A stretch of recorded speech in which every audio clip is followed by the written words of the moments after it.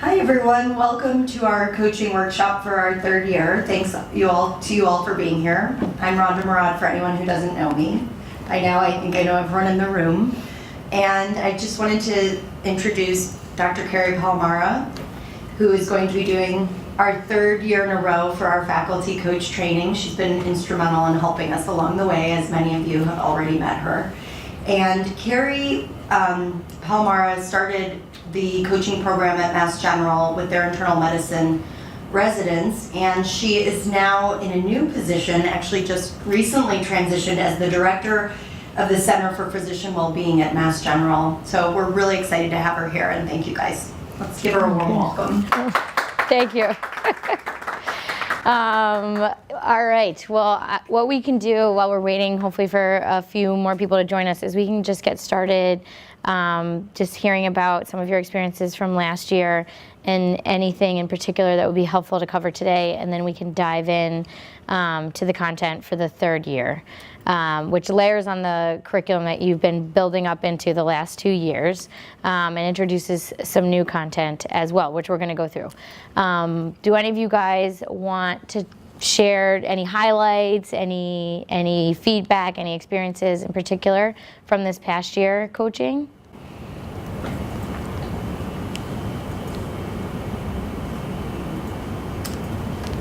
Very quiet. Nobody. I need to be better about meeting with my coachee, but it's nice to see her growing and maturing and feeling more confident and, progressing as she should during her residency. And so feeling like you're needing to be a little bit better about meeting. Yes. But that despite that, you're still able to witness that growth along the way and all the ways that she's growing. Yeah, everything's coming together. She wants to go to do a fellowship, and initially our first meetings are about I need to connect with this attending to work with her so that she could write me a letter of recommendation so I can apply for this fellowship. Now she's already done that, and we're thinking beyond about future plans with her fiance, and so it's nice to see that nice development happen. Yeah. The natural sequence of things. Yeah. But what sounds great is also that over time you're sort of peeling off some of the layers too and getting a little bit deeper beyond just what do you need to do to get through residency and actually life stuff. Mm-hmm. That's great. Thinking about the needing to be better about meetings, it sounds like despite feeling like that, you guys are making a connection.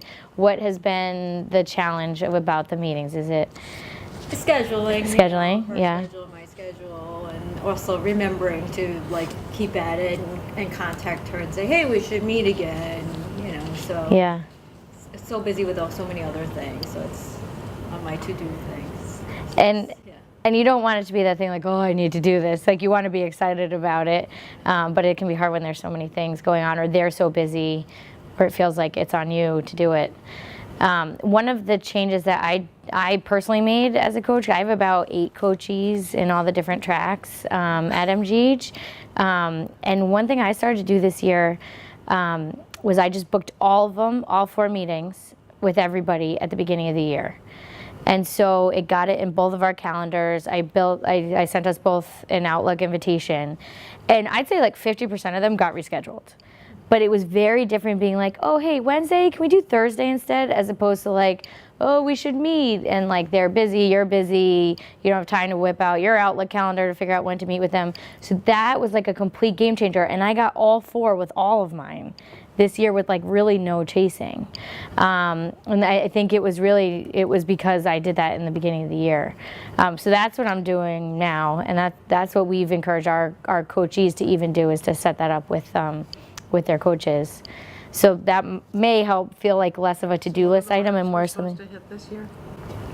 Sorry? What are the timing marks we're supposed to hit this year? So same as the other years, so every quarterly meeting, yep. Starting now, I guess. Sorry, now. It's the first day of the academic year. I think she showed my last one. So Paula, she just emailed me about a semi-annual review. She's on elective right now. Sounds like a great time. Because I'm her assigned program director, so she told me she's coming on 2 weeks of elective. So she may be able to meet you. Well, yeah, if If I you're wasn't on 2 weeks of available. service. Yeah. Right. So, yeah, but she showed my last one. So I'm not feeling like she's getting anything out of it. Okay. I'm not sure I am either. Okay. I came tonight because I thought maybe I'd learn something that would be helpful for this year, because I just don't feel like we've done anything that's been useful for her. I think she sort of puts in the time because she's supposed to, and I'm sort of feeling the same way. Okay.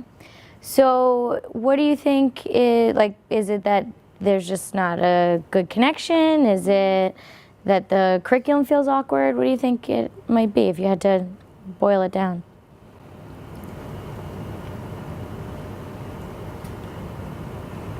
I feel like I'm not sure what I'm supposed to be. I'm still not, I mean, I try to review the emails and go back into the curriculum and figure out what I'm supposed to do, but I'm mostly like asking her, what are we supposed to be doing today? And she sort of like pulls something up that she thinks we're supposed to be doing, and sometimes she prepares for it, but it feels like she's going through the motions to sort of prepare for it. So I do think that the curriculum feels awkward to both of us, like artificial.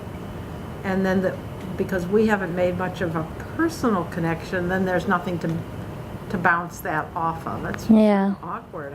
I was surprised because I just thought it would be a natural, positive experience. So Yeah, well, I don't know how to make that better. well, if you I don't know if she rewind, feels the same way, frankly. Maybe I could, and of course I haven't asked. Oh, God forbid I should actually ask. Is this awkward for you too? and honestly, that may be where you start, because if you remember way back to our very first training, one of the things that we try to teach you guys from the beginning is that the curriculum is there as a guide. It is not there as the thing you have to do in each meeting.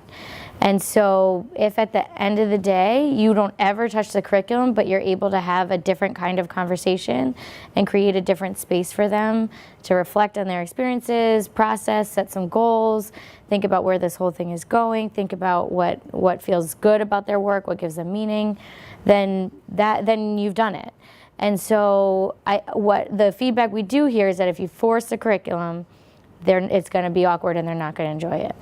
And also, they don't get any training, so she won't know what the curriculum is that she's supposed to be doing. The training, there's emails that go out with little you're going to probably talk about this in this meeting, but that one requires them to read it and two, actually internalize that. And so if you're looking for her to guide it, that's never going to happen. So what I would hit the reset button with her. And I would sit down and be like, we just had a new training.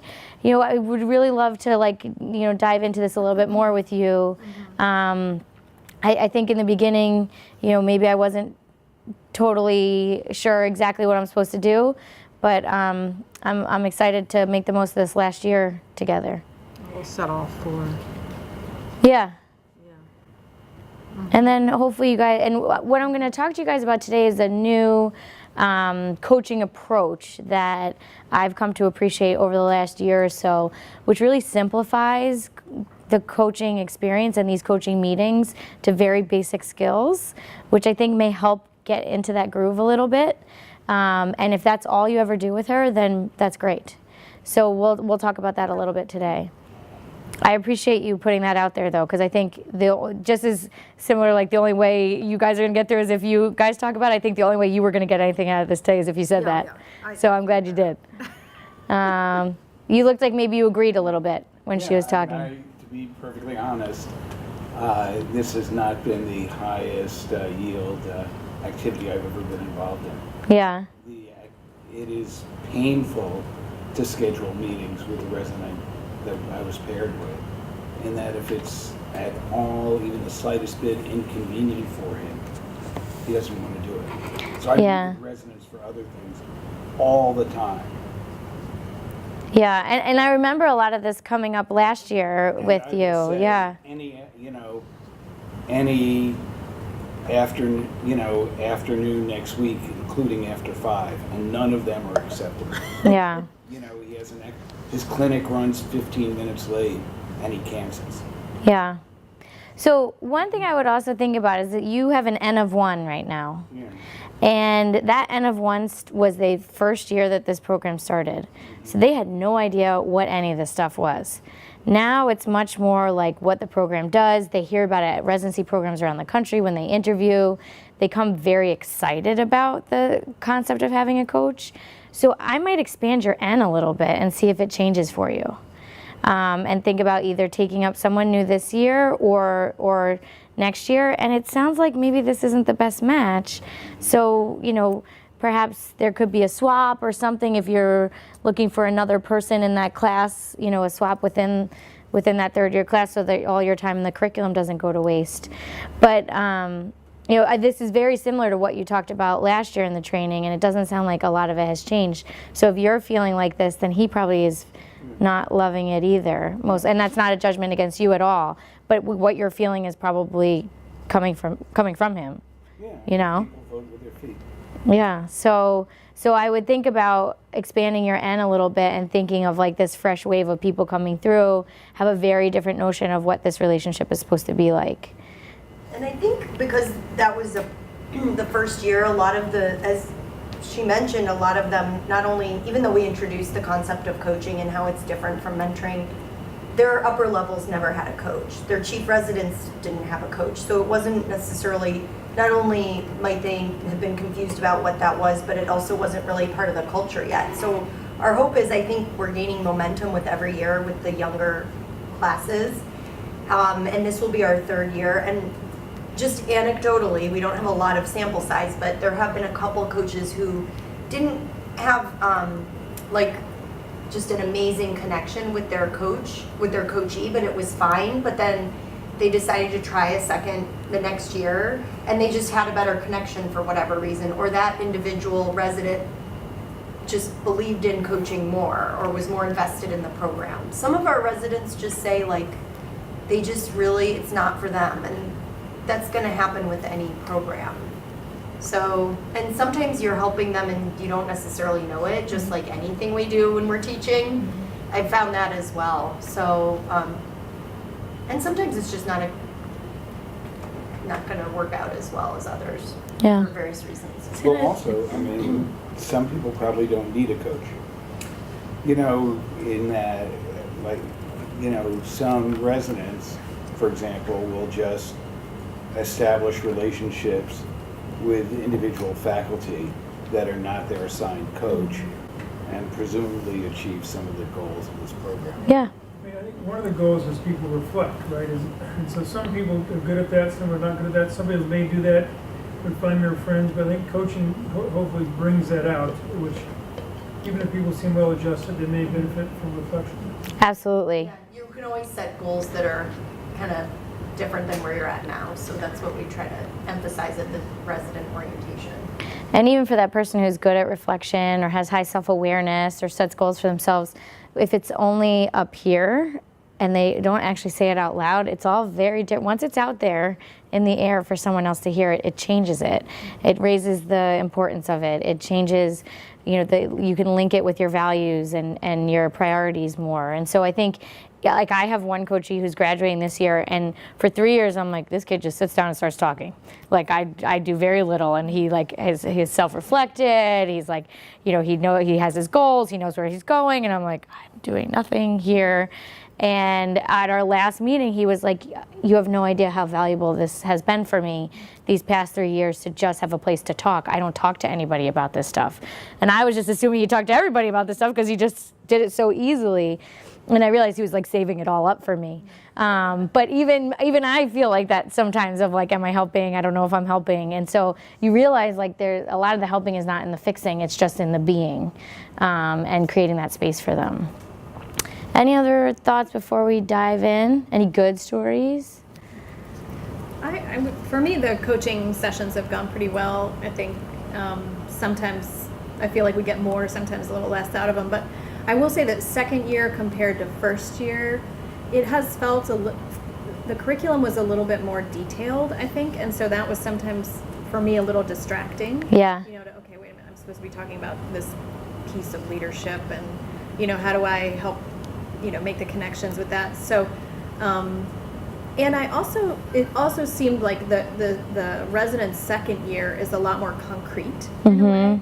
First year was easier to talk about general things, and also, everything's a little bit more open. They don't know exactly what to expect. But by second year, it's sort of about fellowship and getting this and meeting these specific goals that they kind of already have in their head. Yeah. So it felt a little bit harder. It just felt harder this year compared with last year, I think.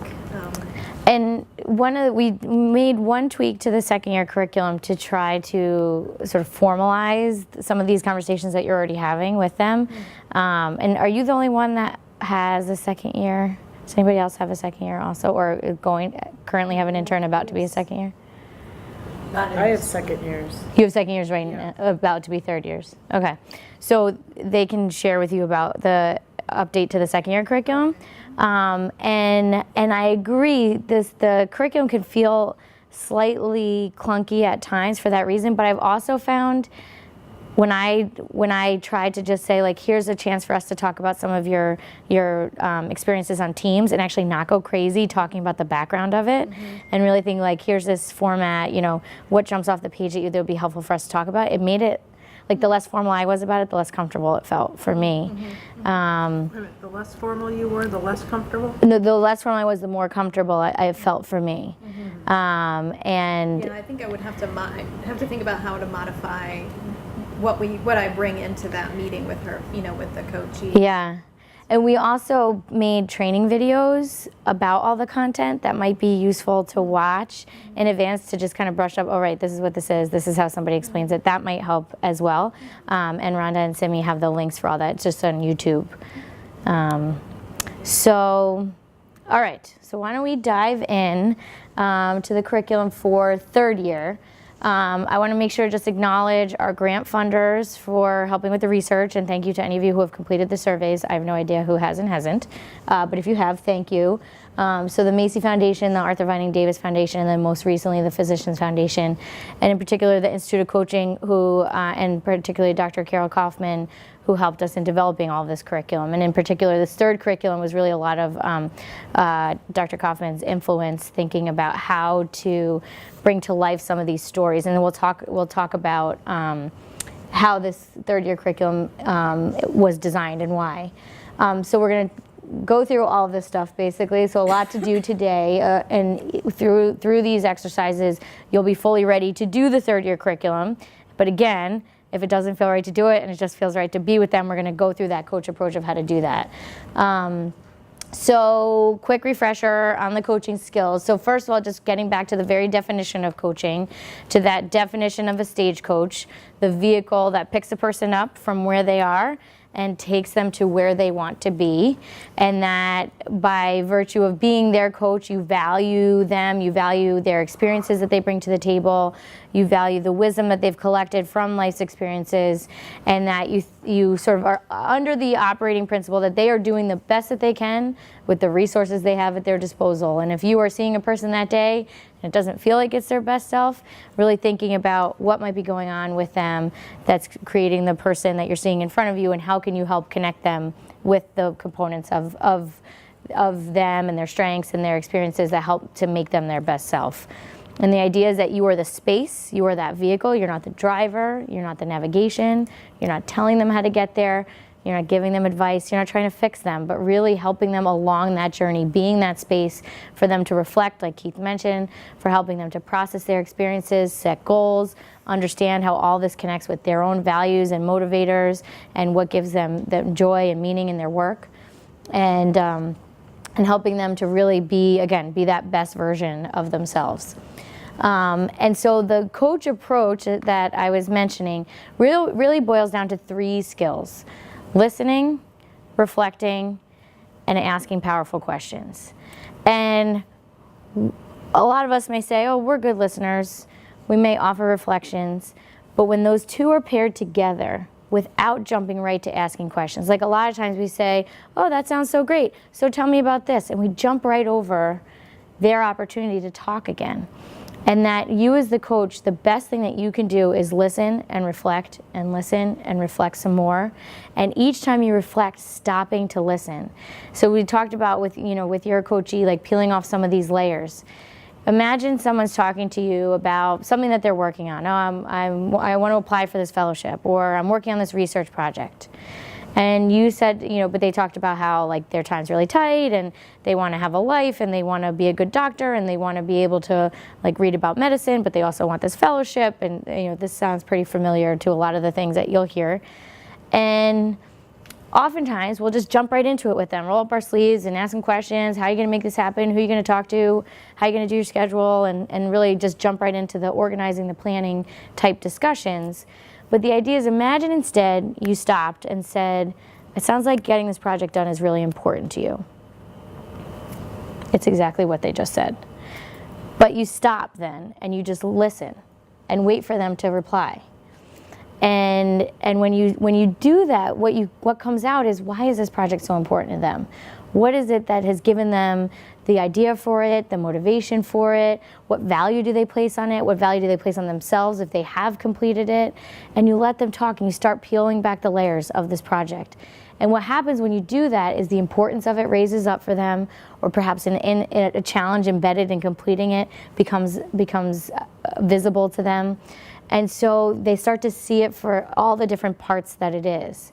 And so they can talk to you, yeah, it is really important to me because I want to get this good fellowship, because if I'm able to get this good fellowship, then I'm able to, move closer to my family, and that's really important to me. And, maybe they talk about all this stuff, or they say, every doctor I know does research and this is how they do it, and so that's what I'm going to do. And, then instead of jumping into it more, you just reflect again. Tell them what you're hearing them say. And so the idea is that if you're really listening for them, listening for what's behind their words, listening for the values, the motivations, the discrepancies, the strengths, the choices that they're making, if you're listening for all that and then you reflect it back to them and wait and hear what they have to say, you're going to learn so much more about them, but more importantly, they are going to learn more about whatever it is that you're talking about for themselves. And so once you've done that a few times, you can really unpack what you guys are talking about, which then opens up the whole table for thinking about what are the questions they need you to ask. What are the answers that they need to find for themselves? And that's what makes your questions powerful questions. So the idea that you oftentimes as physicians, when we ask questions for us. Why is your blood pressure like that? Why aren't you taking your medicines? Why are you always late to your appointments? Why can't you take this medicine? Why are your kidneys not working? Whatever it may be. We are constantly asking questions for ourselves, and that's good. That makes us good at what we do. But instead, if we ask questions for them, so our curiosity is directed outward, not inward. We're not asking clarifying questions like, so tell me more about this research project. Who are you working with? They already know those answers. They know all about it. I've done full coaching sessions with people where I've had no idea what the project is by the end of it, no idea what business they might be starting or what endeavor they're going on, because that doesn't matter to them. They know those answers. So my job was to ask them the questions that they need to know the answers to. And so thinking like, what would it really look like if this were successful? How might you get started? How might you ask for help? What are your resources available? And really thinking about asking them the questions that get them to move forward in what they're working on. So when you put this all together, we're really listening for them, not listening so that we can talk, not listening for our chance to put in our 2 cents, but really listening for what we're hearing. And they have all these different levels of listening. Now I know why I didn't do white font originally with this. But that we really want to get to that at the top, that empathic listening, really listening to understand them. And that you can help them to understand themselves, even more importantly. And that when you reflect, you're just reflecting back what you heard them say. The best part about reflections, the simpler the better. You don't have to be right. In fact, sometimes being wrong is very clarifying. Like, no, this isn't why I'm doing it. I'm doing it because of this. And they can really drill down for themselves and clarify their own discrepancies. And in it, think like, wow, your whole face just lit up when you were talking about that last piece. Or like, I was coaching someone the other day, they're like, I guess I just have to do this. And like her whole body just kind of like shriveled up. And I was like, it doesn't really seem like you want to do that. But the important thing is once you've done it, stop talking and let them start talking. And then when you're asking your question, and really making sure it's a comfortable space. It's okay to reflect back, perhaps something that might sound negative, but if you do it from a non-judgmental way. Like saying, you mentioned that this is really important to you, but your actions are saying this. And so it's okay to create some discrepancy or acknowledge some discrepancy, but making sure that you're doing it in a non-judgmental way so that they don't feel like they're on defense. You want them to constantly be thinking about how they're moving forward, not, pushing them back. And then when we ask our powerful questions, we want to make sure not to ask questions that start with why, questions that are very present focused, very tethering to whatever current situation they have, but really like future focused questions, helping them think about whatever they're working on and seeing it from a different perspective. And those questions start with how or what. And so if all you ever do in any meeting you have with this girl again is listen and reflect and say, I'm just going to do this a couple times because that's what they told me to do, and listen and reflect and listen and reflect and ask all your questions starting with how and what, it will feel different.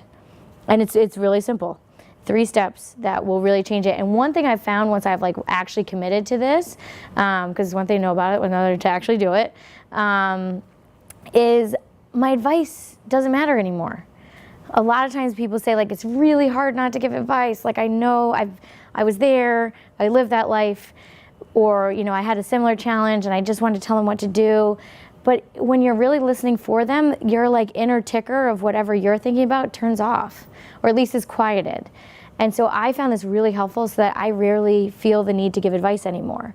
And you realize that it's their advice that really matters the most, that will be the most applicable, even if it's the same thing you would have said. So the whole idea is that when they pose a challenge or a goal or a stressor or a problem, something that they're working on, your first step is reflect. And then just listen, and then reflect, and then listen. And this is hard, I will acknowledge. We had to do, when Rhonda and I were in our coach training, we had to do this exercise where you weren't allowed to ask a question until you reflected twice. And it was hard. So this is not oh, it's so easy, just try this. It is, you have to actively try to do it, but when you do, it really feels good. And that you follow up with your how or what questions. And with this, you're just working together, moving forward towards whatever they're working on. So that's our refresher. Any questions about that before we dive in to the Year 3 curriculum? Good?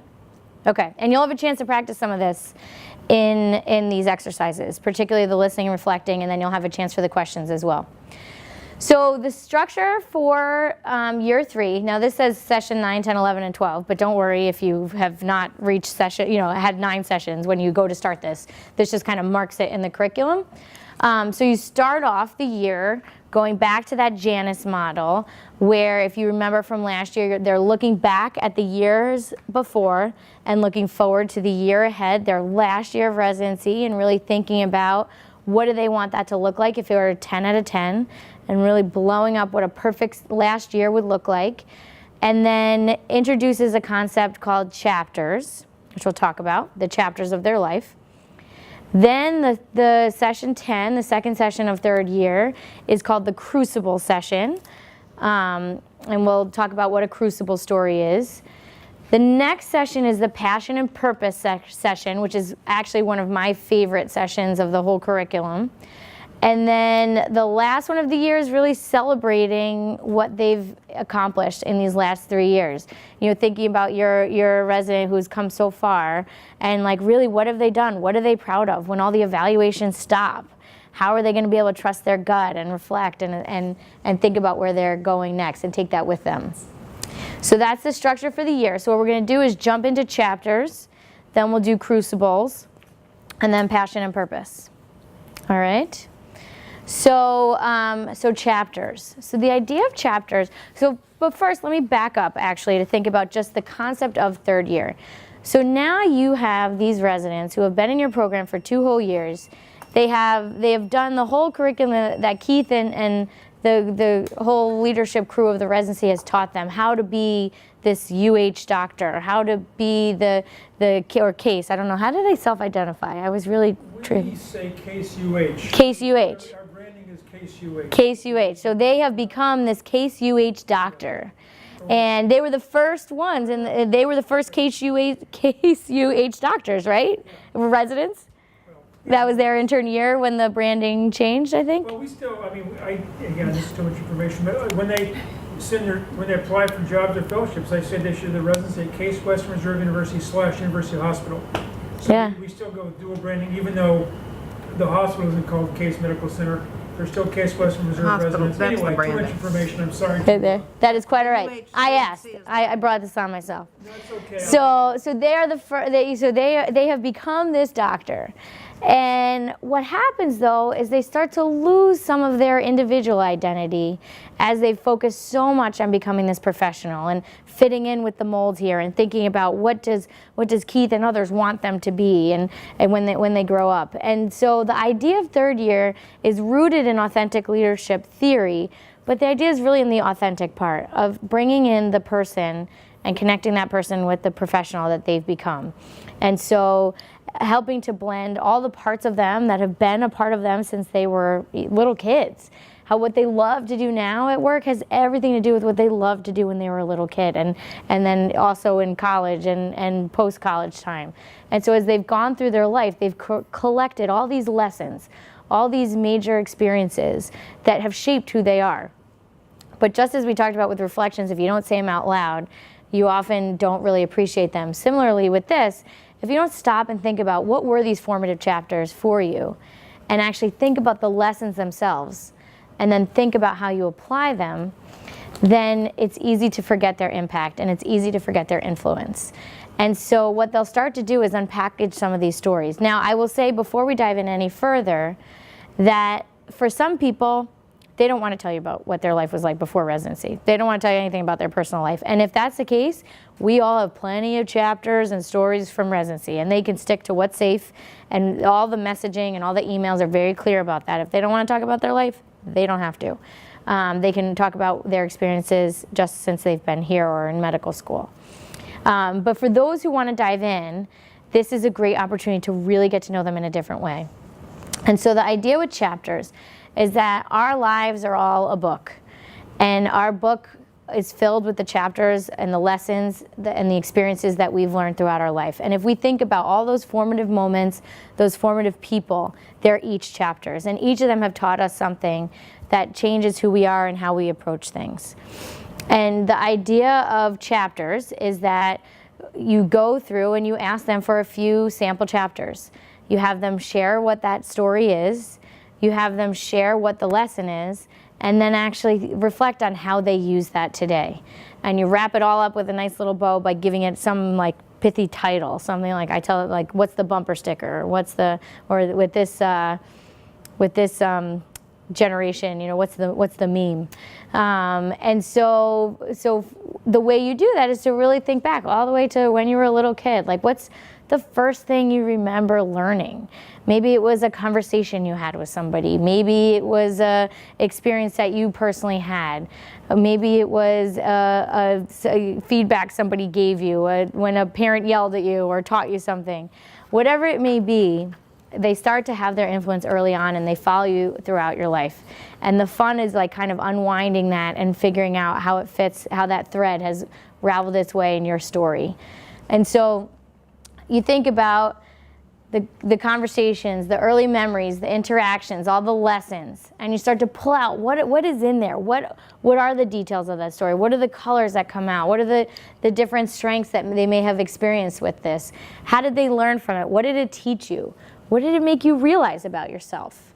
How does it affect your life today? Now, you don't have to ask them all these questions, but this is in general, like how the gist of how you get to your chapters. What's the one thing you took away from that?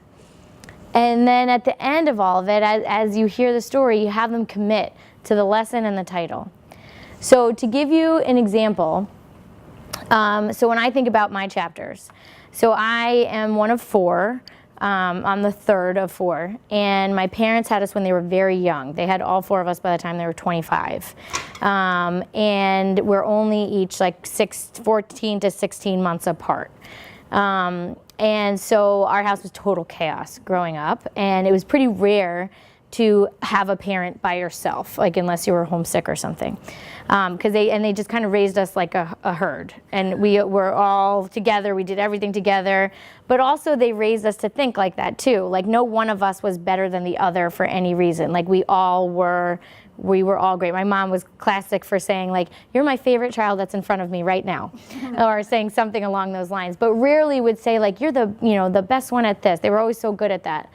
And so what was great is that we just, adored each other and thought we were all great. But what was always hard is that you didn't really know what you did that was any different from the rest. And I remember being home from school one day, so I must have been sick, and my mom was home with me, and she was like tinkering around the kitchen, like doing dishes and stuff, and I was just being annoying, like asking her a million questions. And she finally looks at me and she goes, you're my most inquisitive child. And I remember that was like the first "you're my most" I ever remembered hearing. And I knew what she meant, I thought, but I wanted to hear more. Like I was like, this is the first time I've ever heard anything like this from her. I want more details. And so I was like, what does inquisitive mean? And she goes, you know what it means. Just keep asking questions. And she's like, it works for you. And so not sure how much I thought of it after that point, but as walking through life, whenever anything goes on in our family, my parents always tell me first. And they say, we know you're going to ask all the hard questions, so we told you first so that we'd be prepared for the other ones. And when you think about what I do for a living as a primary care doctor, I'm great at my job when I ask a lot of questions and get to know people. And even here today, I'm teaching you guys about how to ask good questions. And what's really interesting, if you even take it a step farther, when my career really started to solidify, it was when I fell in love with the questions I wanted to be asking. And so for me, just asking questions has been the theme that has helped me find my way throughout my life. So there's lots of different examples of how I apply that. And when I don't know what to do, I often think like, how can I understand this better? How can I, ask questions about this? Or who can I ask questions to? And so my chapter would be called Just Keep Asking Questions. And that's one example of a chapter. Other examples I've heard from coaches doing trainings throughout the years have been, learning about the importance of physical presence when she had fallen off of a horse that she had had for years and then got back on the horse and was very nervous and realized that the horse was really skittish too. And she was only like 8 years old, but realized the importance of her body language and how it affects other people or beings. And that body language is something she's constantly paying attention to now and has all sorts of examples of when that's gone well and when it's not. Other examples have been like when people just moved to the United States and never spoken the language, and the first person who became friends with them, taught them how to use the word bathroom and the importance of friendship, and also how simple a language can be, how simple you need to learn a language to be able to function. So there can be all sorts of chapters. There's really no definition of what makes a good one. But what I'd love to do now, what I have found, and then there's a reason why I've just given you a few examples, is that sometimes you need to hear others to understand what your own are. Do you guys off the top of your head have a chapter that comes to mind? And now you don't have to share it in front of all of us right now. We're going to pair up. But do you feel like you could think of one? Not necessarily. Not necessarily? Okay. And are you thinking that in a session we would be asking them for multiple chapters? Yeah, usually. A chapter, or? Yeah, so usually you start with like one when they were little, one in maybe like high school, and then one as an adult. And you could think about your first job. My first job was at Plaster Paint Palace.